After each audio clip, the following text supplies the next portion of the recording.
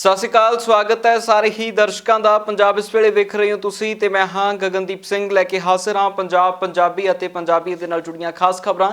ਸਭ ਤੋਂ ਪਹਿਲਾਂ ਸਿੱਧਾ ਰੁਖ ਅੰਨਦਾਤੇ ਦੇ ਉਸ ਸੰਘਰਸ਼ ਦੇ ਵੱਲ ਕਰਾਂਗੇ ਜੋ ਸੰਘਰਸ਼ ਲਗਾਤਾਰ ਦਿੱਲੀ ਦੀਆਂ ਬਰੂਹਾਂ ਦੇ ਉੱਤੇ ਹੈ ਤੇ ਇਸੇ ਸੰਘਰਸ਼ ਦੀ ਕੜੀ ਦੇ ਵਿੱਚ ਵੱਖੋ ਵੱਖਰੇ ਪੜਾਅ ਜੁੜਦੇ ਜਾ ਰਹੇ ਨੇ। ਕਿਸਾਨ ਜਥੇਬੰਦੀਆਂ ਦੇ ਵੱਲੋਂ ਮਹਾ ਪੰਚਾਇਤਾਂ ਦਾ ਪ੍ਰਬੰਧ ਕਰਵਾਇਆ ਜਾ ਰਿਹਾ ਜੋ ਪਹਿਲਾਂ ਉੱਤਰ ਪ੍ਰਦੇਸ਼ ਦੇ ਵਿੱਚ ਹੋਈਆਂ ਨੇ ਤੇ ਹੁਣ ਇਹ ਮਹਾ ਪੰਚਾਇਤਾਂ ਹਰਿਆਣੇ ਦੇ ਵੱਖੋ ਵੱਖਰੇ ਇਲਾਕਿਆਂ ਦੇ ਵਿੱਚ ਹੋ ਰਹੀਆਂ ਨੇ, ਜਿਸ ਮਹਾ ਪੰਚਾਇਤਾਂ ਦੇ ਵਿੱਚ ਲੋਕਾਂ ਦੇ ਵੱਡੇ ਇਕੱਠ ਵੇਖਣ ਨੂੰ ਮਿਲਦੇ ਨੇ ਤੇ ਇਹਨਾਂ ਹੀ ਮਹਾ ਪੰਚਾਇਤਾਂ ਦੇ ਵਿੱਚੋਂ ਵੱਡੀਆਂ ਗੱਲਾਂ ਨਿਕਲ ਕੇ ਸਾਹਮਣੇ ਆ ਰਹੀਆਂ ਨੇ।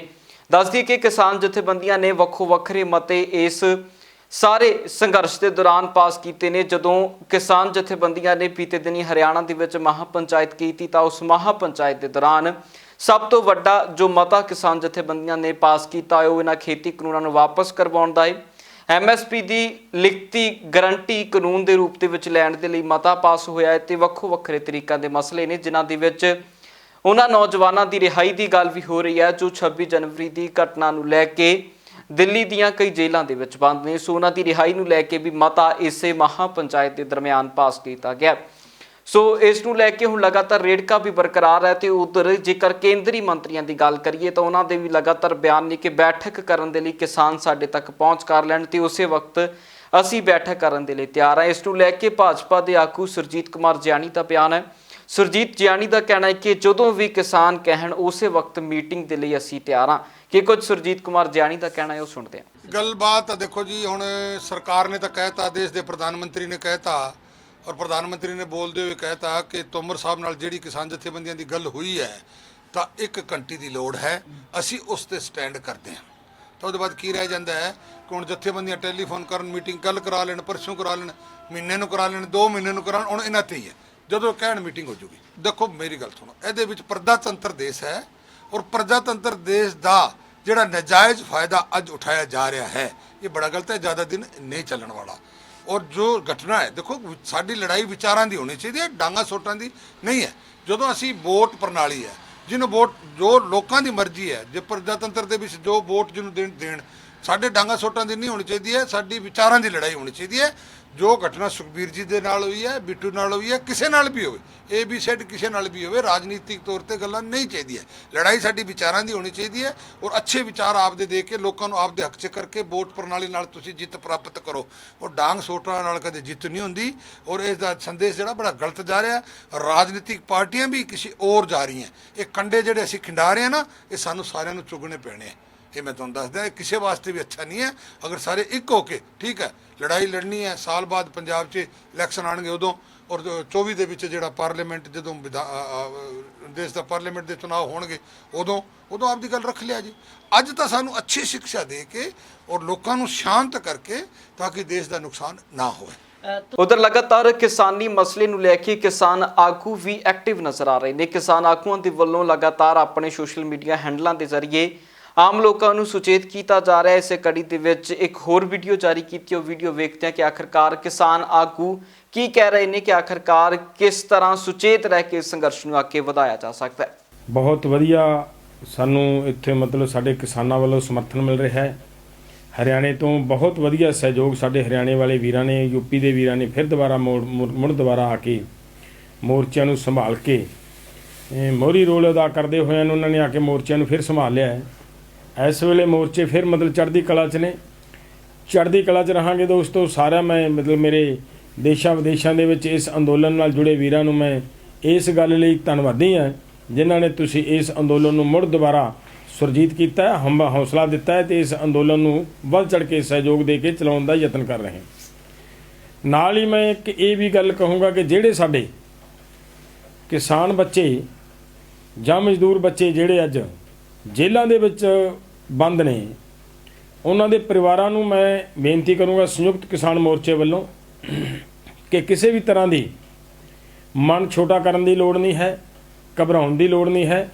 ਤੁਹਾਡੇ ਬੱਚੇ ਬਹਾਦਰਾਂ ਦੇ ਹੋ ਕੇ ਬਹਾਦਰਾਂ ਦੀ ਤਰ੍ਹਾਂ ਇਸ ਮੋਰਚੇ ਦੇ ਵਿੱਚ ਉਹਨਾਂ ਨੇ ਬਹਾਦਰਾਂ ਦੀ ਥਾਂ 'ਤੇ ਨਾਂ ਦਰਜ ਕਰਵਾਇਆ ਹੈ ਔਰ ਸੰਯੁਕਤ ਮੋਰਚੇ ਵੱਲੋਂ ਤੁਹਾਡੇ ਬੱਚਿਆਂ ਦੇ ਜਿੰਨੇ ਵੀ ਮਤਲਬ ਲੀਗਲ ਆਪਣਾ ਕਾਨੂੰਨੀ ਸਲਾਹਕਾਰਾਂ ਦੀ ਲੋੜ ਪੈਣੀ ਹੈ, ਉਹਦੇ 'ਤੇ ਜਿੰਨਾ ਵੀ ਪੈਸਾ ਖਰਚ ਹੋਣਾ, ਉਹਨਾਂ ਦੇ ਕੇਸ ਮੁਕੱਦਮਿਆਂ 'ਤੇ ਜਿਹੜਾ ਪੈਸਾ ਖਰਚ ਹੋਣਾ ਉਹ ਸੰਯੁਕਤ ਕਿਸਾਨ ਮੋਰਚੇ ਵੱਲੋਂ ਕੀਤਾ ਜਾਣਾ ਹੈ। ਤੁਹਾਨੂੰ ਕੋਈ ਚਿੰਤਾ ਨਹੀਂ। ਜਿਹੜੇ ਪਰਿਵਾਰਾਂ ਨੇ ਆਪਣੇ ਬੱਚਿਆਂ ਨੂੰ ਇੱਥੇ ਮਿਲਣ ਵਾਸਤੇ ਆਉਣਾ ਹੈ, ਕਈ ਪਰਿਵਾਰ ਵਿਚਾਰੇ ਇਹੋ ਜਿਹੇ ਹੁੰਦੇ ਨੇ ਜਿਨ੍ਹਾਂ ਦੇ ਕੋਲੇ ਕੋਈ ਆਰਥਿਕ ਸਮੱਸਿਆਵਾਂ ਹੁੰਦੀਆਂ ਨੇ, ਉਹਨਾਂ ਨੂੰ ਕੋਈ ਚਿੰਤਾ ਕਰਨ ਦੀ ਲੋੜ ਨਹੀਂ। ਤੁਸੀਂ ਸਾਡੇ ਕੋਲੇ ਇੱਥੇ ਪਹੁੰਚੋ, ਤੁਹਾਡੀ ਉਸ ਤਰ੍ਹਾਂ ਦੀ ਆਰਥਿਕ ਮਦਦ ਵੀ ਕੀਤੀ ਜਾਏਗੀ। ਜਦੋਂ ਤੋਂ ਕਿਸਾਨ ਅੰਦੋਲਨ ਦੀ ਆਰੰਭਤਾ ਹੋਈ ਹੈ, ਉਦੋਂ ਤੋਂ ਹੀ ਲਗਾਤਾਰ ਵਿਵਾਦਾਂ ਦੇ ਵਿੱਚ ਹੈ ਫਿਲਮੀ ਅਦਾਕਾਰਾ ਕੰਗਨਾ ਰਣੌਤ। ਇਸ ਅਦਾਕਾਰਾ ਦੇ ਵੱਲੋਂ ਲਗਾਤਾਰ ਪੰਜਾਬ ਦੇ ਵਿੱਚੋਂ ਸ਼ੁਰੂ ਹੁੰਦੇ ਇਸ ਕਿਸਾਨ ਅੰਦੋਲਨ ਦੇ ਉੱਤੇ ਟਿੱਪਣੀ ਕੀਤੀ ਜਾਂਦੀ ਹੈ ਤੇ ਉਸ ਤੋਂ ਬਾਅਦ ਲਗਾਤਾਰ ਇਹ ਟਿੱਪਣੀਆਂ ਦਾ ਦੌਰ ਤੇਜ਼ ਹੁੰਦਾ ਹੈ, ਜਿਸ ਤੋਂ ਬਾਅਦ ਇਸੇ ਟਵਿੱਟਰ ਦੇ ਉੱਤੇ ਟਵਿੱਟਰ ਵਾਰ ਸ਼ੁਰੂ ਹੁੰਦੀ ਹੈ। ਲਗਾਤਾਰ ਪੰਜਾਬ ਦੇ ਕਈ ਗਾਇਕ ਕਲਾਕਾਰਾਂ ਦੇ ਵੱਲੋਂ ਇਸ ਦਾ ਵਿਰੋਧ ਹੁੰਦਾ ਹੈ ਤੇ ਕੰਗਨਾ ਰਣੌਤ ਦੇ ਵੱਲੋਂ ਲਗਾਤਾਰ ਟਿੱਪਣੀਆਂ ਹੁੰਦੀਆਂ ਨੇ। ਇੱਕ ਵਾਰ ਫਿਰ ਕੰਗਨਾ ਰਣੌਤ ਨੇ ਕਿਸਾਨ ਅੰਦੋਲਨ ਨੂੰ ਲੈ ਕੇ ਵਿਵਾਦਤ ਟਿੱਪਣੀ ਕੀਤੀ ਹੈ, ਜਿਸ ਟਿੱਪਣੀ ਤੋਂ ਬਾਅਦ ਮਨਜੀਤ ਸਿੰਘ ਜੀਕੇ ਦੇ ਵੱਲੋਂ ਇਸ ਨੂੰ ਲੀਗਲ ਨੋਟਿਸ ਭੇਜਿਆ ਗਿਆ, ਜਿਸ ਦੇ ਕਾਰਨ ਹੁਣ ਇਸ ਅਦਾਕਾਰਾਂ ਦੀਆਂ ਮੁਸ਼ਕਲਾਂ ਦੇ ਵਿੱਚ ਵਾਧਾ ਹੋ ਸਕਦਾ ਹੈ। ਮਨਜੀਤ ਸਿੰਘ ਜੀਕੇ ਨੇ ਗੰਭੀਰ ਇਲਜ਼ਾਮ ਲਗਾਏ ਨੇ ਤੇ ਨਾਲ ਹੀ ਉਹਨਾਂ ਦਾ ਕਹਿਣਾ ਸੀ ਕਿ ਇਸ ਅਦਾਕਾਰਾ ਦੇ ਵੱਲੋਂ ਲਗਾਤਾਰ ਕਿਸਾਨਾਂ ਨੂੰ ਲੈ ਕੇ ਵਿਵਾਦਤ ਟਿੱਪਣੀਆਂ ਜਿਹੜੀਆਂ ਕੀਤੀਆਂ ਜਾ ਰਹੀਆਂ ਨੇ, ਉਸ ਨੂੰ ਲੈ ਕੇ ਅਸੀਂ ਇਹ ਲੀਗਲ ਨੋਟਿਸ ਇਸ ਨੂੰ ਭੇਜਿਆ।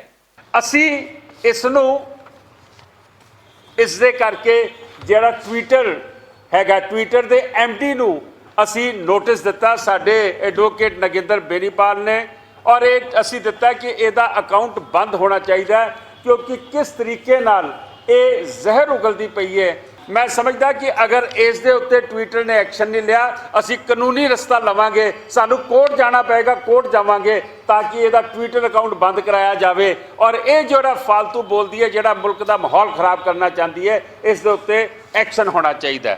ਉਧਰ ਲਗਾਤਾਰ ਦਿੱਲੀ ਦੇ ਬਾਰਡਰਾਂ ਦੇ ਉੱਤੇ ਡਟੇ ਬੈਠੇ ਕਿਸਾਨਾਂ ਦੇ ਪਾਣੀ ਦੇ ਸਮੇਤ ਬਿਜਲੀ ਕੱਟ ਦਿੱਤੀ ਗਈ ਹੈ, ਉਹਨਾਂ ਦੇ ਰਸਤੇ ਬਲੌਕ ਕਰ ਦਿੱਤੇ ਗਏ ਨੇ, ਕੰਕਰੀਟ ਦੀਆਂ ਕੰਧਾਂ ਖੜੀਆਂ ਕਰ ਦਿੱਤੀਆਂ ਗਈਆਂ ਨੇ, ਲੋਹੇ ਦੀਆਂ ਤਿੱਖੀਆਂ ਕਿੱਲਾਂ ਲਗਾ ਦਿੱਤੀਆਂ ਗਈਆਂ ਨੇ। ਇਸ ਸਭ ਨੂੰ ਲੈ ਕੇ ਹਰਸਿਮਰਤ ਕੌਰ ਬਾਦਲ ਨੇ ਆਵਾਜ਼ ਬੁਲੰਦ ਕੀਤੀ ਹੈ ਤੇ ਹਰਸਿਮਰਤ ਕੌਰ ਬਾਦਲ ਪਾਰਲੀਮੈਂਟ ਸੈਸ਼ਨ ਦੇ ਵਿੱਚ ਪਹੁੰਚਣ ਤੋਂ ਪਹਿਲਾਂ ਇਸ ਦੇ ਉੱਤੇ ਗੱਲਬਾਤ ਕਰਕੇ ਗਈ।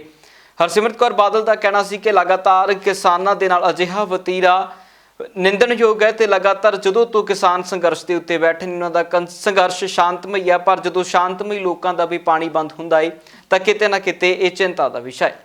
देखिए, जब देश के किसान धरने पे बैठे हुए हैं 2.5 महीने से और ये सरकार ना उनके बारे में कोई बात करती है, ना राष्ट्रपति के भाषण में कुछ होता है, ना हाउस में कुछ बोला जाता है, तो जो लोगों से चुने हुए लोग यहाँ पे भेजे गए हैं, जब हमारे लोग सड़कों पे बैठ के मर रहे हैं तो हाउस में और बाकी बातें करने का मतलब ही क्या है। मैं तो इस सरकार पे हैरान हूँ कि जो सबसे गर्म मुद्दा है, सबसे अर्जेंट मुद्दा है, जिस करके लोग रोज लोगों की जाने जा रही हैं, आपने वहाँ पे एक ऐसा फोर्ट्रेस दीवारें खड़ी कर दी हैं, वहाँ पे स्पाइक्स लगा दिए हैं, ऐसे रॉड्स पुलिस को दे दिए। ये आपकी देश की जनता है, ये आपके अपने किसान हैं, देश के अन्नदाता हैं, और उनको जिस तरह से उनको ट्रीट किया जा रहा है बहुत ही शर्मनाक। ਜਦੋਂ ਤੋਂ 26 ਜਨਵਰੀ ਦੀ ਘਟਨਾ ਵਾਪਰੀ ਹੈ, ਉਦੋਂ ਤੋਂ ਹੀ ਕੁਝ ਨੌਜਵਾਨਾਂ ਅਤੇ ਕਿਸਾਨ ਜਥੇਬੰਦੀਆਂ ਦੇ ਵਿਚਕਾਰ ਇਲਜ਼ਾਮਾਂ ਦਾ ਦੌਰ ਚੱਲ ਰਿਹਾ ਹੈ। ਕਿਸਾਨ ਜਥੇਬੰਦੀਆਂ ਦੇ ਵੱਲੋਂ ਉਹਨਾਂ ਨੌਜਵਾਨਾਂ ਦੇ ਉੱਤੇ ਇਲਜ਼ਾਮ ਲਗਾਏ ਜਾਂਦੇ ਨੇ ਤੇ ਨੌਜਵਾਨ ਵੀਡੀਓ ਪਾ ਕੇ ਕਿਸਾਨ ਜਥੇਬੰਦੀਆਂ ਨੂੰ ਇੱਕ ਰਹਿਣ ਦੀ ਗੱਲ ਆਖਦੇ ਨੇ। ਸੋ ਇਹਨਾਂ ਸਾਰੀਆਂ ਘਟਨਾਵਾਂ ਦੇ ਉੱਤੇ ਲੋਕ ਇਨਸਾਫ ਪਾਰਟੀ ਦੇ ਪ੍ਰਧਾਨ ਸਿਮਰਜੀਤ ਬੈਂਸ ਦੀ ਟਿੱਪਣੀ ਹੈ। ਸਿਮਰਜੀਤ ਬੈਂਸ ਨੇ ਟਿੱਪਣੀ ਉਸ ਵਕਤ ਕੀਤੀ ਹੈ ਜਦੋਂ ਉਹ ਆਪਣੇ ਪਰਿਵਾਰ ਦੇ ਕੁਝ ਮੈਂਬਰਾਂ ਨੂੰ ਵੱਡੇ ਕਾਫਲੇ ਦੇ ਨਾਲ ਦਿੱਲੀ ਦੇ ਵੱਲ ਰਵਾਨਾ ਕਰਨ ਦੇ ਲਈ ਸ਼੍ਰੀ ਦਰਬਾਰ ਸਾਹਿਬ ਦੇ ਵਿੱਚ ਨਤਮਸਤਕ ਹੋਇਆ ਤੇ ਉੱਥੋਂ ਇੱਕ ਵੱਡਾ ਕਾਫਲਾ ਉਹਨਾਂ ਨੇ ਸਿੰਘੂ ਬਾਰਡਰ ਦੇ ਵੱਲ ਰਵਾਨਾ ਕੀਤਾ। ਇਸੇ ਦਰਮਿਆਨ ਉਹਨਾਂ ਕਿਸਾਨ ਆਗੂਆਂ ਨੂੰ ਅਪੀਲ ਕੀਤੀ ਹੈ ਕਿ ਨੌਜਵਾਨਾਂ ਅਤੇ ਕਿਸਾਨਾਂ ਦੇ ਵਿਚਕਾਰ ਜੋ ਰੇਟ ਕੇਸ ਨੂੰ ਖਤਮ ਕੀਤਾ ਜਾਣਾ ਚਾਹੀਦਾ ਹੈ ਤੇ ਇਲਜ਼ਾਮਾਂ ਦੇ ਦੌਰ ਦੇ ਵਿੱਚੋਂ ਬਾਹਰ ਨਿਕਲ ਕੇ ਏਕਤਾ ਦਾ ਵੱਡਾ ਸਬੂਤ ਸਾਹਮਣੇ ਆਉਣਾ ਚਾਹੀਦਾ। ਸਾਰੇ ਪੰਜਾਬ ਦੀਆਂ ਛੋਟੀਆਂ ਵੱਡੀਆਂ ਪਾਰਟੀਆਂ ਦੇ ਪ੍ਰਧਾਨਾਂ ਨੂੰ ਚਿੱਠੀ ਲਿਖ ਕੇ ਉਹਨਾਂ ਨੂੰ ਇੱਕ ਕਰਟਸੀ ਟੈਲੀਫੋਨ ਕਾਲ ਵੀ ਕੀਤੀ ਕਿ ਜੇ ਕਿਸਾਨ ਤੇ ਮਜ਼ਦੂਰ ਜਥੇਬੰਦੀਆਂ ਆਪਸੀ ਮਤਭੇਦ ਆ ਉਹਨਾਂ 'ਚ, ਪਰ ਉਹ ਆਪਸੀ ਮਤਭੇਦ ਪਰੇ ਰੱਖ ਕੇ ਅੱਜ ਇੱਕ ਸਿਰ ਹੋ ਕੇ ਬੈਠੇ ਆ। ਉਹ ਅੱਜ ਅੰਦੋਲਨ ਨੂੰ ਇਸ ਤਰੀਕੇ ਚਲਾ ਰਿਹਾ, ਮਤਭੇਦ ਹੈਗੇ ਆ ਪਰ ਕਾਲੇ ਕਾਨੂੰਨਾਂ ਦੀ ਸਮਾਪਤੀ ਵਾਸਤੇ ਇੱਕਜੁੱਟ ਆ। ਕਾਸ਼ ਕਿਤੇ ਪੰਜਾਬ ਦੀ ਰਾਜਸੀ ਜਮਾਤ ਇੱਕ ਆਵਾਜ਼, ਇੱਕ ਹੋਕਾ ਦੇ ਦੇਵੇ, ਜਿਹੜਾ ਟੀਵੀ ਦੇ ਉੱਤੇ ਬੈਠ ਕੇ ਇੱਕ ਦੂਜੇ ਦੇ ਵਿਰੁੱਧ ਕੁੱਕੜ ਖੇਡ ਆਉਂਦੇ ਆ, ਇਹ ਬੰਦ ਕਰ ਦਈਏ। ਇੱਕੋ ਹੀ ਸਾਡਾ ਨਿਸ਼ਾਨਾ ਹੋਵੇ, ਮੱਛੀ ਨਹੀਂ, ਮੱਛੀ ਦੀ ਅੱਖ ਨਿਸ਼ਾਨਾ। ਅਸੀਂ ਇੱਕ ਦੂਜੇ ਦੇ ਵਿਰੁੱਧ ਦੂਸ਼ਣਬਾਜ਼ੀ, ਆਰੋਪ ਪ੍ਰਤੀਆਰੋਪ, ਝੂਠੇ ਸੱਚੇ ਇਲਜ਼ਾਮ ਇਹ ਬੰਦ ਕਰ ਦਈਏ। ਜਿੰਨੇ ਦਿਨ ਤੱਕ ਕਾਲਾ ਕਾਨੂੰਨ ਸਮਾਪਤ ਨਹੀਂ ਹੁੰਦਾ, ਸਾਡਾ ਸਾਰਿਆਂ ਦਾ ਇੱਕੋ ਹੀ ਨਿਸ਼ਾਨਾ ਹੋਵੇ, ਕਾਲਾ ਕਾਨੂੰਨ ਰੱਦ ਕਰਾਉਣ ਲਈ ਮੋਦੀ ਸਰਕਾਰ ਦੇ ਵਿਰੁੱਧ ਸਾਡੀ ਬਿਆਨਬਾਜ਼ੀ ਤੇ ਅੰਦੋਲਨ ਨੂੰ ਤਾਕਤਵਰ ਕਰਨ ਦਾ ਯਤਨ। ਮੈਂ ਮੁੱਖ ਮੰਤਰੀ ਸਾਹਿਬ ਨੂੰ ਬੇਨਤੀ ਕੀਤੀ, ਕਹਿੰਦੇ ਜੀ ਤੁਸੀਂ ਪ੍ਰਧਾਨ ਮੰਤਰੀ ਤੋਂ ਟਾਈਮ ਲਓ। ਮੈਂ ਕਿਹਾ ਜੀ ਲੈ ਲਓ ਜੀ, ਸਦਕੇ ਲਓ, ਪਹਿਲਾਂ ਆਪਾਂ ਨੂੰ ਟਾਈਮ ਮਿਲਿਆ ਨਹੀਂ, ਤੁਸੀਂ ਪਹਿਲਾਂ ਵੀ ਯਤਨ ਕੀਤਾ, ਤੁਹਾਨੂੰ ਲਿਖ ਕੇ ਆ ਗਿਆ ਮੀਟ ਹੋਮ ਮਿਨਿਸਟਰ। ਤੁਸੀਂ ਐਂ ਦੱਸੋ, ਜੇ ਆਪਾਂ ਨੂੰ ਟਾਈਮ ਪ੍ਰਧਾਨ ਮੰਤਰੀ ਜਾਂ ਰਾਸ਼ਟਰਪਤੀ ਦੇ ਦਿੰਦੇ ਆ, ਕੀ ਤੁਹਾਡੇ ਕਹੇ ਤੇ ਕਾਨੂੰਨ ਰੱਦ ਹੋ ਸਕਦੇ ਆ? ਸਾਰੀਆਂ ਪਾਰਟੀਆਂ ਦੇ ਲੀਡਰਾਂ ਦਾ ਸੀ ਵੀ ਨਹੀਂ, ਤੇ ਫਿਰ ਮੈਂ ਕਿਹਾ ਇਸ ਪਾਸੇ ਟਾਈਮ ਜਾਇਆ ਕਾਹਨੂੰ ਕਰਨਾ। ਅੱਜ ਇੱਕੋ ਗੱਲ ਦੀ ਲੋੜ ਆ, ਜੇ ਕਾਲੇ ਕਾਨੂੰਨ ਗੁਰੂ ਕਿਰਪਾ ਰੱਦ ਹੋਣੇ ਆ ਤੇ ਅੰਦੋਲਨ ਦੀ ਤਾਕਤ ਕਰਕੇ ਰੱਦ ਹੋਣੇ ਆ, ਫਿਰ ਅਸੀਂ ਅੰਦੋਲਨ ਨੂੰ ਤਾਕਤਵਰ ਕਿਉਂ ਨਹੀਂ ਕਰਦੇ? ਮੈਂ ਸੁਝਾਅ ਦਿੱਤਾ ਵੀ 115 ਐਮਐਲਏ ਬੀਜੇਪੀ ਵਾਲਿਆਂ ਨੂੰ ਪਰੇ ਛੱਡ ਦਿਓ ਤੇ ਸਾਰੇ ਮੈਂਬਰ ਪਾਰਲੀਮੈਂਟ ਚਲੋ ਦਿੱਲੀ ਡੇਰਾ ਲਾਈਏ, ਕਿਸਾਨ ਅੰਦੋਲਨ ਦੀ ਸਟੇਜ ਤੋਂ ਕੋਈ 100-200 ਮੀਟਰ ਦੂਰ ਬੈਠ ਜਾਈਏ, ਤਾਂ ਕਿ ਦੇਸ਼ ਦੀ ਸਰਕਾਰ ਨੂੰ ਇੱਕ ਸਖਤ ਸੁਨੇਹਾ ਹੈਗਾ ਇਸ ਗੱਲ ਦਾ ਵੀ ਯਾਰ ਇਹ ਰਾਜਨੀਤਿਕ ਲੋਕ ਜਿਹੜੇ ਆਪਸ ਦੇ ਵਿੱਚ ਕੁੱਕੜਾਂ ਵਾਂਗੂ ਫਸਦੇ ਸੀ, ਇਹ ਕਾਲਾ ਕਾਨੂੰਨ ਰੱਦ ਕਰਨ ਵਾਸਤੇ ਸਾਰੇ ਇਕਸੁਰ ਹੋ ਗਏ। ਇਹ ਮੈਸੇਜ ਪੂਰੀ ਦੁਨੀਆ 'ਚ ਬੈਠੇ ਨਿਆਂ ਪਸੰਦ ਲੋਕ ਜਿਹੜੇ ਜਿਸਮਾਨੀ ਤੌਰ ਤੇ ਇਸ ਅੰਦੋਲਨ 'ਚ ਹਾਜ਼ਰੀ ਨਹੀਂ ਭਰ ਸਕੇ, ਦਿਲੋਂ ਇਸ ਅੰਦੋਲਨ ਦੇ ਨਾਲ ਤੁਹਾਡੇ ਮੇਰੇ ਤੋਂ ਵੱਧ ਚਿੰਤਤ ਹੋ ਕੇ ਜੁੜੇ ਹੋਏ ਆ, ਉਹਨਾਂ ਲਈ ਇੱਕ ਸ਼ੁਭ ਸੰਕੇਤ ਆ ਵੀ ਸ਼ੁਕਰ ਆ ਇਹਨਾਂ ਲੋਕਾਂ ਨੂੰ ਵੀ। ਪਰ something is better than nothing. ਸਾਰੀਆਂ ਗੱਲਾਂ ਤਾਂ ਨਹੀਂ ਹੋਈਆਂ, ਪਰ ਇੱਕ ਗੱਲ ਜ਼ਰੂਰ ਹੋਈ ਕਿ ਸਾਰੀਆਂ ਧਿਰਾਂ ਇਸ ਗੱਲ ਲਈ ਰਾਜੀ ਆ ਕਿ ਅੰਦੋਲਨ ਨੂੰ ਤਾਕਤਵਰ ਕਿੱਦਾਂ ਕਰਨਾ। 26 ਜਨਵਰੀ ਦੀ ਘਟਨਾ ਤੋਂ ਬਾਅਦ ਅਜਿਹੀਆਂ ਖਬਰਾਂ ਸਾਹਮਣੇ ਆਈਆਂ ਸੀ ਕਿ ਸਿੰਘੂ ਬਾਰਡਰ ਹੋਵੇ, ਟਿੱਕਰੀ ਬਾਰਡਰ ਜਾਂ ਵੱਖ-ਵੱਖ ਬਾਰਡਰਾਂ ਦੇ ਉੱਤੇ ਜਿੱਥੇ ਕਿਸਾਨ ਸੰਘਰਸ਼ ਕਰ ਰਹੇ ਨੇ, ਉਸੇ ਏਰੀਏ ਦੇ ਆਲੇ ਦੁਆਲੇ ਦੇ ਪਿੰਡਾਂ ਦੇ ਲੋਕ ਕਿਸਾਨਾਂ ਦਾ ਵਿਰੋਧ ਕਰਨ ਦੇ ਲਈ ਬਾਹਰ ਆਏ ਨੇ। ਪਰ ਉਸ ਤੋਂ ਬਾਅਦ ਇਸ ਚੀਜ਼ ਨੂੰ ਠੱਲ ਪੈਂਦੀ ਹੈ ਤੇ ਹੁਣ ਅਜਿਹੀਆਂ ਤਸਵੀਰਾਂ ਤੁਹਾਨੂੰ ਵਿਖਾਉਂਦੇ ਹਾਂ ਜੋ ਦਿੱਲੀ ਦੇ ਕਈ ਇਲਾਕਿਆਂ ਦੇ ਵਿੱਚੋਂ ਸਾਹਮਣੇ ਆਉਂਦੀਆਂ ਨੇ। ਦਿੱਲੀ ਦੇ ਵਿੱਚੋਂ ਇੱਕ ਸਾਹਮਣੇ ਆਈਆਂ ਤਸਵੀਰਾਂ ਨੇ ਜਿਸ ਦੇ ਵਿੱਚ ਵਿਦਿਆਰਥੀਆਂ ਦੇ ਵੱਲੋਂ, ਇਹ ਵਿਦਿਆਰਥੀ ਖੁਦ ਆਪਣੇ ਕਾਲਜ ਦੇ ਵਿੱਚ ਇੱਕ ਵੱਡਾ ਇਕੱਠ ਲੈ ਕੇ ਪਹੁੰਚਦੇ ਨੇ ਤੇ ਕਿਸਾਨਾਂ ਦੇ ਹੱਕ ਦੇ ਵਿੱਚ ਪ੍ਰਦਰਸ਼ਨ ਕਰਦੇ ਨੇ। ਇਸ ਮੌਕੇ ਦੇ ਉੱਤੇ ਦਿੱਲੀ ਪੁਲਿਸ ਦਾ ਭਾਰੀ ਪੁਲਿਸ ਵੱਲ ਵੀ ਨਜ਼ਰ ਆਇਆ ਤੇ ਇਹਨਾਂ ਨੌਜਵਾਨਾਂ ਨੇ ਮੰਗ ਕੀਤੀ है कि किसानों दी मांगां जल्द तो जल्द पूरियां होना चाहिए ने। हम यहाँ पे सिटीजन्स मार्च के लिए इसलिए आए हैं क्योंकि जो तीनों कृषि कानून है, जो काले कानून है, जो हमारे देश के जो किसान है, जो मजदूर है, किसान मजदूर है, इनको बहुत बढ़िया सा एक जो एक बुरी हालत में पुश करने वाले हैं। इस जो तीनों कृषि कानून है, जो पूंजीवादी कानून है, इनके खिलाफ लड़ने के लिए यहाँ पे आए हैं। और ये पहली बार हम नहीं आए थे। जब दिल्ली के अंदर जब किसानों ने किसान मजदूरों ने दिल्ली के आउटस्कर्ट्स में, सिंघू बॉर्डर में, टिकरी बॉर्डर में और शाहजहानपुरी में भी अपने प्रोटेस्ट किए थे, तो तब भी दिल्ली के अंदर एक कॉल था जो जहाँ पे छात्र और दिल्ली के तमाम जनता आए थे और अपने जो ये जो तीनों काले कानून है इनका विरोध किया था। तब भी हम यहाँ पे आए थे, छात्र आए थे। हम अभी SFI के on behalf of SFI we have come here, SFI students federation of India. और हमारा ये बिलीफ है कि जो भी हमारे किसान है, ये मजदूर है, ये जो हमारे देश है, ये जो किसानों और मजदूरों की होनी चाहिए, कोई पूंजीवादी MNC इसका नहीं होना चाहिए। और ये बात आने वाले थे यहाँ। उधर बीते दिनी सुखवीर बादल ਦੇ ਉੱਤੇ ਹੋਏ ਹਮਲੇ ਨੂੰ ਲੈ ਕੇ ਲਗਾਤਾਰ ਅਕਾਲੀ ਦਲ ਅਤੇ ਕਾਂਗਰਸ ਦੇ ਵਿਚਕਾਰ ਰੇੜਕਾ ਬਣਿਆ ਹੋਇਆ ਹੈ। ਵੱਖੋ ਵੱਖਰੇ ਸਿਆਸੀ ਇਲਜ਼ਾਮਾਂ ਦੀ ਚੜੀ ਲਗਾਤਾਰ ਲੱਗੀ ਹੋਈ ਹੈ। ਇਸੇ ਦਰਮਿਆਨ ਦਲਜੀਤ ਸਿੰਘ ਚੀਮਾ ਦੇ ਨਾਲ ਅਕਾਲੀ ਦਲ ਦਾ ਇੱਕ ਵਫਦ ਪੰਜਾਬ ਰਾਜ ਚੋਣ ਕਮਿਸ਼ਨ ਨੂੰ ਮਿਲਿਆ, ਜਿਸ ਦੇ ਵਿੱਚ ਉਹਨਾਂ ਕਿਹਾ ਹੈ ਕਿ ਸੁਰੱਖਿਆ ਵਧਾ ਕੇ ਜਿਹੜੀ ਚੋਣ ਪ੍ਰਕਿਰਿਆ ਉਹ ਕਰਵਾਈ ਜਾਣੀ ਚਾਹੀਦੀ ਹੈ। ਇੱਕ ਪਾਰਟੀ ਦੇ ਸਟੇਟ ਦੇ ਪ੍ਰੈਜ਼ੀਡੈਂਟ ਦੇ ਉੱਤੇ ਜਿਹੜੇ ਫਾਰਮਰ ਡਿਪਟੀ ਚੀਫ ਮਿਨਿਸਟਰ ਵੀ ਆ ਔਰ ਨਾਲ ਜਿਹੜੇ ਪਹਿਲੇ ਹੋਮ ਮਿਨਿਸਟਰ ਵੀ ਆ ਔਰ ਜਿਨ੍ਹਾਂ ਕੋਲੇ Z+ ਸਿਕਿਉਰਿਟੀ ਹੈ, ਉਸ ਸ਼ਖਸੀਅਤ ਦੇ ਉੱਤੇ ਐਡਾ ਵੱਡਾ ਹਮਲਾ ਹੋਇਆ। ਔਰ ਕਮਿਸ਼ਨ ਦੀ ਜ਼ਬਾਨੀ ਹੈ ਕਿ ਹੁਣ ਤੱਕ ਕੋਈ ਰਿਪੋਰਟ ਜਿਹੜੀ ਹੈ ਸਰਕਾਰ ਨੇ ਨਹੀਂ ਭੇਜੀ। ਮੈਂ ਸਮਝਦਾ ਕਿ ਇਹੋ ਜਿਹੇ ਕਮਿਸ਼ਨ ਦਾ ਕੋਈ ਫਾਇਦਾ ਨਹੀਂ, ਲੋਕਾਂ ਨੂੰ ਧੋਖੇ 'ਚ ਰੱਖਣ ਦਾ ਕੋਈ ਫਾਇਦਾ ਨਹੀਂ।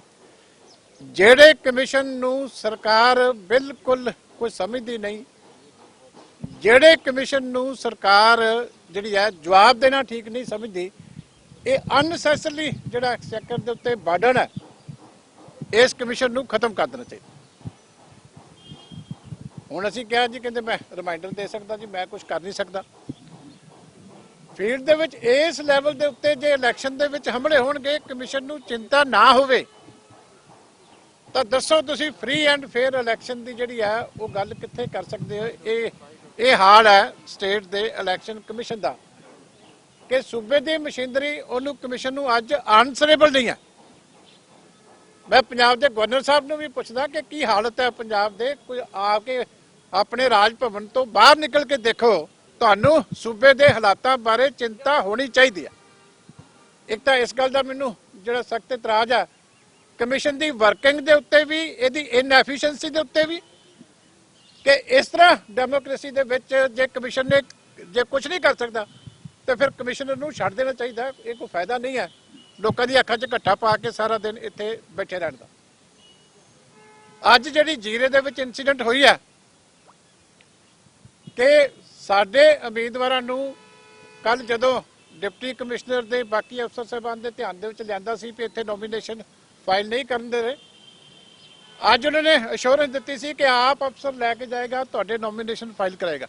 ਉਧਰ ਹਰਿਆਣਾ ਤੋਂ ਭਾਜਪਾ ਦੇ ਆਗੂ ਸੁਸ਼ੀਲ ਗੁਪਤਾ ਦੇ ਵੱਲੋਂ ਵੀ ਟਿੱਪਣੀ ਭਾਜਪਾ ਨੂੰ ਲੈ ਕੇ ਕੀਤੀ ਗਈ ਹੈ। ਉਹਨਾਂ ਦਾ ਕਹਿਣਾ ਹੈ ਕਿ ਭਾਜਪਾ ਦੇ ਵੱਲੋਂ ਜੋ ਲਗਾਤਾਰ ਕਿਸਾਨਾਂ ਨੂੰ ਲੈ ਕੇ ਟਿੱਪਣੀਆਂ ਹੋ ਰਹੀਆਂ ਨੇ ਇਹ ਇਤਰਾਜ਼ਯੋਗ ਨੇ ਤੇ ਇਹਨਾਂ ਦੇ ਉੱਤੇ ਇਤਰਾਜ਼ ਉਹਨਾਂ ਦੇ ਵੱਲੋਂ ਕੀਤਾ ਵੀ ਗਿਆ। दर्जनों एफआईआर इनके खिलाफ दर्ज हुई, 47 किसान लापता हैं। सरकार ने इंटरनेट सर्विस बंद कर दी, सरकार ने इनकी बिजली काट दी, पानी काट दिया, शौचालय हटा दिए, भोजन की व्यवस्था वहाँ पे ना पहुँच सके, सड़कों पे 5-5 फुट सीमेंट की बैरिकेटिंग ऐसी करा दी, कंटीली तार और ज़मीन के अंदर सरिये और नुकीले भाले गाड़ के ऐसा कर दिया कि किसान पैदल भी दिल्ली की तरफ ना आ सके। मैंने ऐसी सिक्योरिटी इंटरनेशनल बॉर्डर्स के ऊपर भी नहीं देखी। राजधानी के चारों तरफ छावनी में तब्दील करके किसानों के अंदर एक भय का माहौल पैदा करके उनको वापस भेजना चाहते हैं, परंतु किसान शांतिपूर्ण आंदोलन के साथ बैठे हुए हैं और लगातार बॉर्डर के ऊपर अपना संघर्ष कर रहे हैं। आम आदमी पार्टी के सांसद तीनों हम मिलकर आज चाहते थे कि राज्यसभा में तीनों कृषि बिलों को वापस लेने के संबंधित चर्चा हो, परंतु सरकार चाहती थी कि राष्ट्रपति के अभिभाषण के दौरान किसानों पे भी बात कर लें। जो 70 मुद्दे और हैं उनके बीच में एक मुद्दा बना के इस पर बात कर लें। आम आदमी पार्टी का स्पष्ट कहना था कि आप वार्ता बहुत हो चुकी हैं, किसानों की और सरकार की वार्ता भी बहुत हो चुकी है, परंतु जो किसानों के डेथ वारंट के रूप में 3 कानून है, आप इनको वापस लेने पर चर्चा करें और वो चर्चा कराएं। जब सरकार ने ये बात नहीं मानी तो हमने वहाँ पे अपनी आवाज़ को बुलंद किया। हमें आज के लिए सदन की कार्रवाई से सस्पेंड कर दिया गया, आम आदमी पार्टी के तीनों सांसद, परंतु ये हमें जो मर्जी सजा दें, किसानों की आवाज़ को हम ऐसे दबने नहीं देंगे और उनकी आवाज़ के अंदर अपनी आवाज़ मिलाकर सरकार को इस बात को मानने के लिए मजबूर करेंगे कि वो तीनों काले कानून वापस लें। उधर पंजाब ਦੇ ਵਿੱਚ ਸਿਆਸੀ ਜ਼ਮੀਨ ਵੀ ਲਗਾਤਾਰ ਗਰਮ ਹੁੰਦੀ ਜਾ ਰਹੀ ਹੈ। ਇਸ ਸਿਆਸੀ ਰੇੜਕੇ ਦੇ ਵਿੱਚ ਖਾਸ ਤੌਰ ਤੇ ਉੱਤੇ ਨਗਰ ਨਿਗਮ ਚੋਣਾਂ ਨੂੰ ਨਿਸ਼ਾਨੇ ਦੇ ਉੱਤੇ ਰੱਖਿਆ ਜਾ ਰਿਹਾ ਹੈ। ਉਧਰ ਇੱਕ ਪਾਸੇ ਜਿੱਥੇ ਨਗਰ ਨਿਗਮ ਚੋਣਾਂ ਨੂੰ ਲੈ ਕੇ ਵੱਡੇ ਪੱਧਰ ਦੇ ਉੱਤੇ ਨਾਮਜ਼ਦਗੀਆਂ ਦਾਖਲ ਹੋ ਰਹੀਆਂ ਨੇ, ਇਸੇ ਨਾਮਜ਼ਦਗੀਆਂ ਦੇ ਦੌਰ ਦੇ ਵਿੱਚ ਪੂਰੇ ਪੰਜਾਬ ਦੇ ਵਿੱਚੋਂ ਵੱਖ-ਵੱਖ ਇਲਾਕਿਆਂ ਦੀਆਂ ਤਸਵੀਰਾਂ ਨੇ। ਰੂਪਨਗਰ ਦੀਆਂ ਤਸਵੀਰਾਂ ਤੁਸੀਂ ਵੇਖ ਰਹੇ ਹੋ, ਜਿੱਥੇ ਰੂਪਨਗਰ ਦੇ ਵਿੱਚ ਵੱਡੀ ਗਿਣਤੀ ਦੇ ਵਿੱਚ ਇਹਨਾਂ ਨਗਰ ਨਿਗਮ ਚੋਣਾਂ ਨੂੰ ਲੜਨ ਵਾਲੇ ਉਮੀਦਵਾਰਾਂ ਦੇ ਵੱਲੋਂ ਨਾਮਜ਼ਦਗੀ ਪੱਤਰ ਦਾਖਲ ਕੀਤੇ ਗਏ ਨੇ। ਸਾਡੇ ਜੀ 21 ਟੋਟਲ ਵਾਰਡ ਨੇ ਔਰ ਸਾਡੇ ਲਈ ਬੜੇ ਮਾਣ ਦੀ ਗੱਲ ਹੈ ਕਿ ਅਸੀਂ 21 ਦੇ 21 ਵਾਰਡਾਂ ਵਿੱਚ ਆਪਣੇ ਕੈਂਡੀਡੇਟ ਖੜੇ ਕੀਤੇ ਆ।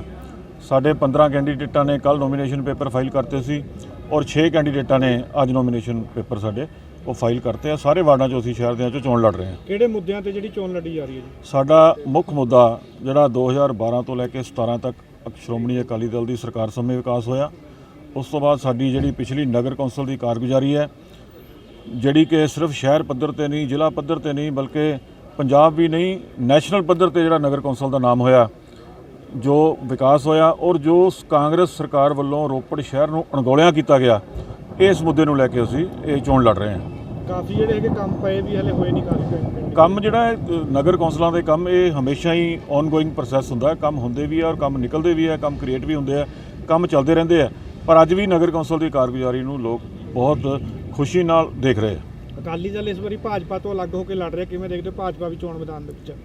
ਭਾਜਪਾ ਦਾ ਜੋ ਹਾਲ ਹੈ ਇਸ ਟਾਈਮ ਸੂਬੇ 'ਚ ਹੀ ਕੀ ਬਲਕਿ ਮੈਂ ਕਹਿੰਦਾ ਨਾਲ ਦੇ ਸੂਬਿਆਂ 'ਚ ਵੀ ਜਿਹੜਾ ਹਾਲ ਹੈ ਉਹ ਸਾਰਿਆਂ ਨੂੰ ਪਤਾ ਹੈ। ਸਾਨੂੰ ਇਸ ਗੱਲ ਦਾ ਕੋਈ ਫਰਕ ਨਹੀਂ ਔਰ ਅਸੀਂ 21 ਦੀ 21 ਵਾਰਡਾਂ 'ਚ ਚੋਣਾਂ ਸ਼ਾਨ ਨਾਲ ਲੜਾਂਗੇ ਤੇ ਸ਼ਾਨ ਨਾਲ ਜਿੱਤਾਂਗੇ।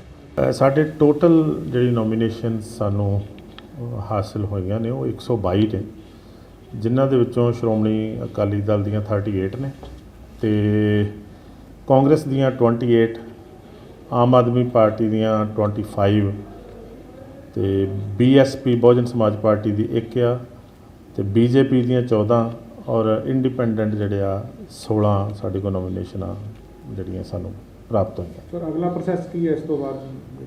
ਕੱਲ੍ਹ ਨੂੰ ਅਸੀਂ ਇਹਦੀ ਹੈਗੀ ਜੀ ਪੜਤਾਲ ਕਰਾਂਗੇ ਜਿੰਨੀਆਂ ਵੀ ਨੋਮੀਨੇਸ਼ਨਾਂ ਸਾਨੂੰ ਮਿਲੀਆਂ ਨੇ ਤੇ ਉਦੋਂ ਬਾਅਦ ਫਿਰ 5 ਤਰੀਕ ਨੂੰ ਜਿਹੜੀ ਹੈਗੀ ਆ ਉਹ ਵਿਡਰਾ ਲਿਆ ਜਿਹੜੇ ਕੈਂਡੀਡੇਟ ਆਪਣੇ ਕੋਈ ਨਾਮ ਵਾਪਸ ਲੈਣਾ ਚਾਹੁੰਦੇ ਹੋਣਗੇ ਤੇ ਉਹ ਆਪਣੇ ਨਾਮ 5 ਤਰੀਕ ਨੂੰ ਉਹ ਵਾਪਸ ਲੈ ਸਕਦੇ। ਤੇ ਸਰ ਕਿੰਨੇ ਵਾਰਡਾਂ ਉੱਤੇ ਜਿਹੜੀ ਹੈਗੀ ਚੋਣ ਹੋਣ ਜਾ ਰਹੀ ਹੈ ਤੇ ਕਿੰਨੇ ਬੂਥ ਜਿਹੜੇ ਹੈਗੇ ਬਣਾਏ ਗਏ? ਟੋਟਲ ਸਾਡੇ ਹੈਗੇ 21 ਵਾਰਡਾਂ ਹੈਗੀਆਂ ਨੇ ਤੇ ਔਰ ਸਾਡੇ ਪੋਲਿੰਗ ਜਿਹੜੇ ਹੈਗੇ ਬੂਥ ਆ ਉਹ 43 ਨੇ। ਕਿੰਨੇ ਵੋਟਰ ਹੈਗੇ ਟੋਟਲ ਜੀ, ਮੇਲ ਫੀਮੇਲ ਸਾਰੇ? ਟੋਟਲ ਜਿਹੜੇ ਵੋਟਰ ਨੇ ਉਹ ਸਾਡੇ 42,677 ਵੋਟਰ ਹੈਗੇ ਨੇ। ਉਧਰ ਸੁਖਬੀਰ ਸਿੰਘ ਬਾਦਲ ਦੇ ਉੱਤੇ ਹੋਏ ਹਮਲੇ ਤੋਂ ਬਾਅਦ ਲਗਾਤਾਰ ਸਿਆਸਤ ਭਖੀ ਹੋਈ ਹੈ। ਵੱਖ-ਵੱਖ ਸਿਆਸੀ ਬਿਆਨ ਸਾਹਮਣੇ ਆ ਰਹੇ ਨੇ। ਇਸ ਨੂੰ ਲੈ ਕੇ ਪੰਜਾਬ ਦੇ ਕੈਬਨਿਟ ਮੰਤਰੀ ਦਾ ਬਿਆਨ ਆਇਆ ਸੀ। ਉਹਨਾਂ ਨੇ ਇਸ ਨੂੰ ਸਿਆਸੀ ਝਗੜਾ ਕਰਾਰ ਦਿੱਤਾ ਹੈ ਤੇ ਨਾਲ ਹੀ ਉਧਰ ਇਸ ਸਾਰੇ ਮਾਮਲੇ ਦੇ ਉੱਤੇ ਕੈਪਟਨ ਅਮਰਿੰਦਰ ਸਿੰਘ ਨੂੰ ਦਲਜੀਤ ਸਿੰਘ ਚੀਮਾ ਦੇ ਵੱਲੋਂ ਸਵਾਲ ਕੀਤੇ ਗਏ ਨੇ। ਲੋਕਤੰਤਰ ਦੇ ਇਤਿਹਾਸ ਦੇ ਵਿੱਚ ਕਿਸੇ ਪਾਰਟੀ ਦੇ ਪ੍ਰਧਾਨ ਦੇ ਉੱਤੇ ਏਡਾ ਵੱਡਾ ਹਮਲਾ ਹੋਇਆ ਹੋਵੇ, ਇਹ ਇਤਿਹਾਸ ਦੇ ਵਿੱਚ ਪਹਿਲੀ ਵਾਰੀ ਹੋਇਆ। ਔਰ ਕੱਲ ਅਸੀਂ ਮੁੱਖ ਮੰਤਰੀ ਸਾਹਿਬ ਦੀ ਹਾਜ਼ਰੀ 'ਚ ਇਹ ਇਸ਼ੂ ਆਲ ਪਾਰਟੀ ਮੀਟਿੰਗ ਦੇ ਵਿੱਚ ਉਠਾਇਆ। ਉੱਥੇ ਰੰਧਾਵਾ ਸਾਹਿਬ ਖੁਦ ਮੌਜੂਦ ਸੀਗੇ। ਮੈਨੂੰ ਅਫਸੋਸ ਹੈ ਕਿ ਕੱਲ ਮੁੱਖ ਮੰਤਰੀ ਸਾਹਿਬ ਨੇ ਰੰਧਾਵਾ ਸਾਹਿਬ ਦੀ ਹਾਜ਼ਰੀ 'ਚ ਆਲ ਪਾਰਟੀ ਮੀਟਿੰਗ ਦੇ ਵਿੱਚ ਯਕੀਨ ਦਵਾਇਆ ਸੀ ਕਿ ਇਹਦੀ ਤਹਿ ਤੱਕ ਜਾਵਾਂਗੇ ਤੇ ਪੂਰਾ ਐਕਸ਼ਨ ਲਵਾਂਗੇ। ਅੱਜ ਪੰਜਾਬ ਦਾ ਇੱਕ ਕੈਬਨਿਟ ਮੰਤਰੀ ਜਿਹੜਾ ਉਹ ਢਾਲ ਬਣ ਕੇ ਫਿਰ ਜਿਹੜਾ ਦੋਸ਼ੀਆਂ ਦੇ ਨਾਲ ਖੜੇ, ਇਸ ਤੋਂ ਮਾੜਾ ਕੰਮ ਪੰਜਾਬ ਦੇ ਇਤਿਹਾਸ ਦੇ ਵਿੱਚ ਹੋਰ ਕੋਈ ਹੋ ਨਹੀਂ ਸਕਦਾ। ਇਸ ਲਈ ਮੈਂ ਮੁੱਖ ਮੰਤਰੀ ਸਾਹਿਬ ਤੋਂ ਸਪਸ਼ਟੀਕਰਨ ਚਾਹੁੰਦਾ ਕਿ ਕੱਲ ਜਿਹੜਾ ਆਲ ਪਾਰਟੀ ਮੀਟਿੰਗ ਵਿੱਚ ਤੁਹਾਡਾ ਭਰੋਸਾ ਸੀ, ਉਹ ਭਰੋਸਾ ਕਿੱਥੇ ਗਿਆ? ਤੁਹਾਡੇ ਕੈਬਨਿਟ ਮਿਨਿਸਟਰ ਦਾ ਇਸ ਤਰ੍ਹਾਂ ਸ਼ੈਲਟਰ ਕਰਨਾ ਕ੍ਰਾਈਮ ਨੂੰ, ਇਹ ਕਿੰਨਾ ਕੁ ਸ਼ੋਭਾ ਦਿੰਦਾ? ਮੈਂ ਆਸ ਕਰਦਾ ਕਿ ਮੁੱਖ ਮੰਤਰੀ ਸਾਹਿਬ ਇਹਦੇ ਤੇ ਆਪ ਕਲੈਰੀਫਿਕੇਸ਼ਨ ਦੇਣਗੇ। ਉਧਰ ਕਾਂਗਰਸ ਦੇ ਸੀਨੀਅਰ ਆਗੂ ਰਾਹੁਲ ਗਾਂਧੀ ਦੇ ਵੱਲੋਂ ਪ੍ਰੈਸ ਕਾਨਫਰੰਸ ਕੀਤੀ ਗਈ ਹੈ, ਜਿਸ ਪ੍ਰੈਸ ਕਾਨਫਰੰਸ ਦੇ ਵਿੱਚ ਕਿਸਾਨਾਂ ਦੇ ਹੱਕਾਂ ਦੀ ਆਵਾਜ਼ ਬੁਲੰਦ ਕੀਤੀ ਗਈ ਹੈ। ਇਸ ਦਰਮਿਆਨ ਰਾਹੁਲ ਗਾਂਧੀ ਨੇ ਪ੍ਰਧਾਨ ਮੰਤਰੀ ਨੂੰ ਲੈ ਕੇ ਵੀ ਟਿੱਪਣੀ ਕੀਤੀ ਅਤੇ ਨਾਲ ਹੀ ਉਹਨਾਂ ਇਸ ਮੌਕੇ ਦੇ ਉੱਤੇ ਕਈ ਅਜਿਹੇ ਸਵਾਲ ਨੇ ਜੋ ਮੋਦੀ ਸਰਕਾਰ ਤੋਂ ਪੁੱਛੇ ਨੇ ਕਿ ਕਿਸਾਨਾਂ ਦਾ ਹੱਲ ਹਜੇ ਤੱਕ ਕਿਉਂ ਨਹੀਂ ਹੋ ਰਿਹਾ। This country is lacking leadership. There is no leadership in this country anymore. There is just talk. There is no understanding. There is no strategy. The thing has come apart. Now, of course, what is there is a media that is controlled. And so, reality of what is going on is not coming out. But believe me, that Maya is going to break. Somebody is going to break that Maya. And so my constant request to the Prime Minister is do your job. Do your job. You've been elected to do your job. Your job is not to sell this country to 1% of the population. That's not your job. Your job is to protect the Kisans who are standing outside. That's your job. Go hold their hand, give them a hug and tell them what is it that I can do for you. Your job is to make sure that small and medium businesses can compete with China. Talk to them. Ask them, because they have the answer to China. So the Prime Minister is basically given up. He is now on a different plane. He's got a beard and that we are going somewhere else now. And the country is not being run. And it's my request to the Prime Minister, please, gather up your courage and run the country. ਉਧਰ Aam Aadmi party ਦੇ ਆਗੂ ਸੰਜੇ ਸਿੰਘ ਦੇ ਵੱਲੋਂ press conference ਕੀਤੀ ਗਈ ਅਤੇ parliament session ਦੇ ਸਮੇਤ ਲਗਾਤਾਰ ਬਾਹਰਲੇ ਮੁਲਕਾਂ ਦੇ ਵਿੱਚੋਂ ਕਿਸਾਨਾਂ ਦੇ ਹੱਕ ਦੇ ਵਿੱਚ ਹੋ ਰਹੇ ਟਵੀਟਾਂ ਨੂੰ ਲੈ ਕੇ ਵੀ ਗੱਲਬਾਤ ਕੀਤੀ ਹੈ। ਇਹਨਾਂ ਟਵੀਟਸ ਤੋਂ ਬਾਅਦ ਲਗਾਤਾਰ ਇਹ ਗੱਲ ਕਹੀ ਜਾ ਰਹੀ ਸੀ ਕਿ ਵਿਦੇਸ਼ਾਂ ਦੇ ਵਿੱਚ ਪ੍ਰੋਪਾਗੈਂਡਾ ਫੈਲਾਇਆ ਜਾ ਰਿਹਾ, ਜਿਸ ਨੂੰ ਲੈ ਕੇ ਸੰਜੇ ਸਿੰਘ ਦੇ ਵੱਲੋਂ ਪ੍ਰੈਸ ਕਾਨਫਰੰਸ ਦੇ ਵਿੱਚ ਖੁਲਾਸਾ ਕੀਤਾ ਗਿਆ ਹੈ ਕਿ ਇੱਕ ਜਨ ਅੰਦੋਲਨ ਹੈ। ਜਨ ਅੰਦੋਲਨ ਦੇ ਵਿੱਚ ਹਰ ਕੋਈ ਆਪਣਾ ਹਿੱਸਾ ਪਾਉਣ ਦੀ ਕੋਸ਼ਿਸ਼ ਜ਼ਰੂਰ ਕਰਦਾ, ਇਸ ਕਰਕੇ ਵਿਦੇਸ਼ਾਂ ਦੇ ਵਿੱਚ ਹੋ ਰਹੇ ਟਵੀਟ ਕਿਸੇ ਵੀ ਤਰ੍ਹਾਂ ਦੇ ਨਾਲ ਉਹਨਾਂ ਨੂੰ ਗਲਤ नहीं लगते। देखिए, मैं सीधे तौर पे ये पूछना चाहता हूं इस सरकार से, अगर किसान 75 दिनों से आंदोलन कर रहा है और उसकी एक ही मांग है कि ये तीनों काला कानून वापस लिया जाए, 11 दौर की आप चर्चा और बातचीत कर चुके हैं और वो सारी की सारी वार्ता फेल हो चुकी है, उसमें भी किसानों की एक ही मांग है, ये तीनों काला कानून वापस लिया जाए। अब आप कह रहे हैं कि राष्ट्रपति जी ने अपने अभिभाषण में 55 विषय पे बोला है, उसमें किसानी के विषय पर भी बोला है, तो 55 विषयों में जब आप बोलिए तो एक किसानों के मुद्दे पर भी बोल लीजिए। पहले तो ये हमें समझना पड़ेगा कि ये जो चर्चा हो रही है, ये किसान के मुद्दे पर अलग से चर्चा नहीं हो रही है। ये तीनों काला कानून वापस लिए जाने के मुद्दे पर चर्चा नहीं हो रही है। ये चर्चा हो रही है राष्ट्रपति जी के अभिभाषण के ऊपर, और उस पे सरकार ये कह रही है कि आप राष्ट्रपति के अभिभाषण पर जब बोलिए, उसी में आप किसान के मुद्दे पर बोल दीजिए। क्यों भाई, आपकी तानाशाही चलेगी हर जगह? तू इधर उधर की ना बात कर, ये बता कि कारवां क्यों लूटा। मुझे रहजनों से गिला नहीं, तेरी रहबरी पर सवाल है। आपने 11 दौर की वार्ता कर ली, बहुत घुमा लिया किसानों को। अब आप सीधे सीधे प्रस्ताव लेकर आइए कि हम तीनों काला कानून वापस लेने को तैयार, और उस पर सदन में चर्चा करके उसको पास कीजिए। पंजाब इस वेले ਦੇ ਵਿੱਚ ਫਿਲਹਾਲ ਲਈ ਨਾ ਹੀ ਫਿਰ ਮੁੜ ਹਾਜ਼ਰ ਹੁੰਨੇ ਆ ਨਵੀਆਂ ਤੇ ਤਾਜ਼ਾ ਅਪਡੇਟਸ ਦੇ ਨਾਲ। ਤਦ ਤੱਕ ਲਈ ਮੈਨੂੰ ਦਿਓ ਇਜਾਜ਼ਤ। ਬਹੁਤ ਬਹੁਤ ਧੰਨਵਾਦ।